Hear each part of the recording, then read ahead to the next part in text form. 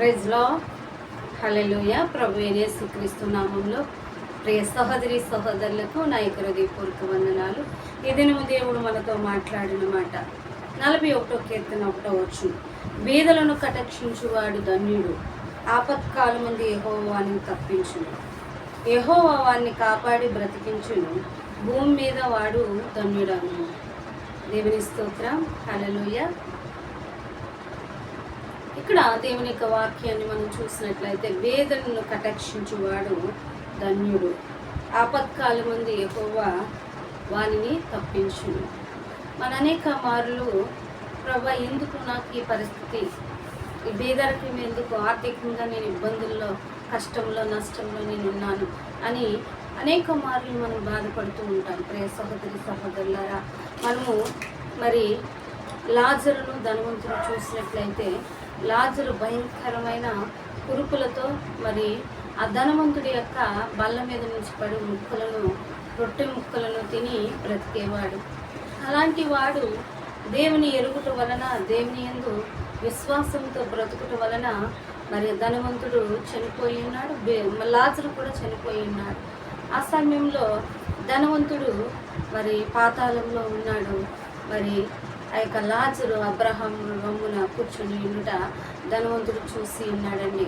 ప్రియ సహోదరి సహోదరులారా, బేదరికాన్ని బట్టి మనం దేవుని మీద చొలుకునే వారిగా ఉంటాం. కానీ ఉన్నత స్థితిలో మనం ఉన్నట్లయితే దేవుని మనం మర్చువారుగా ఉంటాం. అందుకే సామెతల గ్రంథం 30వ అధ్యాయంలో భక్తుడు అన్నాడు, నాకు మరి బేదరికమైనను ఐశ్వర్యమైనను, నాకు ఐశ్వర్యమును కలుగు చేసిన ఎడల నేను నిన్ను మరి మరిచిదనేమో, బేదరికము కలిగి ఉన్న ఎడల నీ మీద సొనుకుందనేమో, నాకు తగినంత ఆహారం నాకు దయచేయమని భక్తుడు మాట్లాడి ఉన్నాడంటే. ప్రియ సహోదరి సహోదరులారా, మనకు ఏనాటి మరి దీవెన ఆనాటికే మనకు చాలని మనం సంతోషించేవారుగా ఉండాలి. దేవుడు నాకెందుకు ఉన్నత స్థితి నాకు ఇవ్వలేదు, వారు బంగ్లాల్లో ఉన్నారు, వారు కారుల్లో బ్రతుకుతున్నారు, వాళ్ళకి దేవుడు ఆశీర్వదించాడు, నాకెందుకు అన్ని కష్టములు, అన్ని నష్టములు, అన్ని బాధలు అని మనం చూసినట్లయితే, ప్రియ సహోదరి సహోదరులారా, మరి ఇలాంటి పరిస్థితి లేని వారు కూడా అనేకులు ఉన్నారు.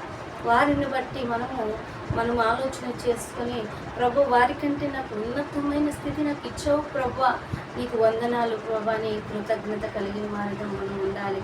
మనము మరి డబ్బున్న వారు మరి ధనయోమంలో ఉన్నట్లయితే మనం దేవుని మర్చువారుగా ఉంటాం. మరి దేవుని యందు మనము నమ్మిక, దేవుని యందు ప్రార్థన, దేవుని యందు విశ్వాసాన్ని మనం కోల్పోతూ ఉంటాం. ప్రియ సహోదరి సహోదరులారా, మనము దేని స్థితిలో ఉన్నప్పుడు మనం ధన్యులుగా తీర్చబడతాం. అందుకే బైబిల్ గ్రంథం ఏమని సెలవిచ్చి ఉన్నదంటే, బేదను కటాక్షించువాడు ధన్యుడని, మరి ఆయన వారిని తప్పించునని, యెహోవా వారిని కాపాడి బ్రతికించునని, మరి భూమి మీద వాడు ధన్యుడవునని మరి లేఖన భాగం సెలవిస్తుంది. మీరు బేదరికలో ఉన్నారని, మరి భేద స్థితిలో ఉన్నామని, మరి ఆపదలో ఉన్నాము, అపాయంలో ఉన్నాము, భయంకరమైన ఆర్థికమైన అప్పులు భారంలో ఉన్నామని కృంగిపోవలసిన పని లేదండి. ప్రియ సహోదరి సహోదరులారా, దేవుని వాక్యాన్ని బట్టి నిరీక్షణ గలవారుగా, దేవుని యందు విశ్వాసం గలవారుగా, దేవుని యందు ఆనందించేవారుగా మనం ఉండాలి. ఏనాటిది ఆనాటికి చాలు ప్రభా, నాకు ఇచ్చిన వస్త్రముల కొరకు, నాకు ఇచ్చిన ఆరోగ్యం కొరకు, నాకు ఇచ్చిన సంపద కొరకు వందనాలు ప్రభా అని దేవునికి కృతజ్ఞత స్థుతించే వారిగా ఉండాలి.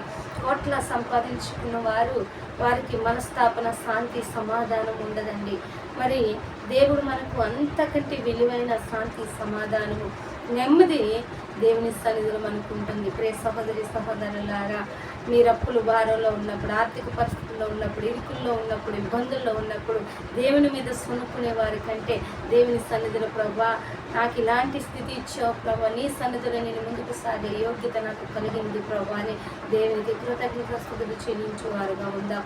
ప్రియ సహోదరి సహోదరులారా, బేదను కటాక్షించువాడు ధన్యుడు గనుక బీదలమైన మనము ధన్యులుగా తీర్చబడి ఉన్నాము.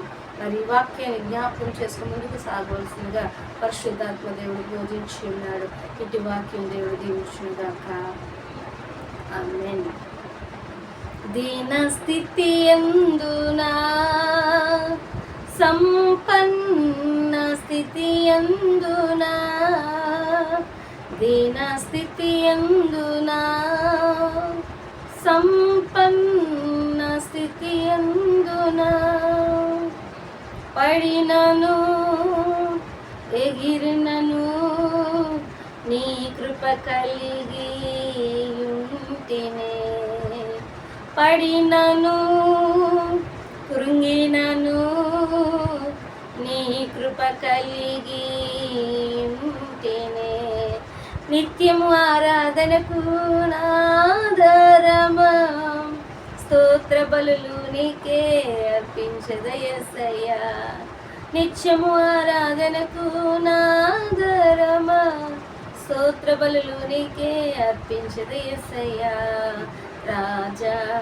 జగమెరిగిన నా యేసు రాజా, రాగాలలో అనురాగాలు కురిపించిన మన బంధము అనుబంధము, మన బంధము అనుబంధము, విడదీయగలరా ఎవరైనను అది ఏదైనను, విడదీయగలరా ఎవరైనను అది ఏదైనను, రాజా జగమెరిగిన నా యేసు రాజా.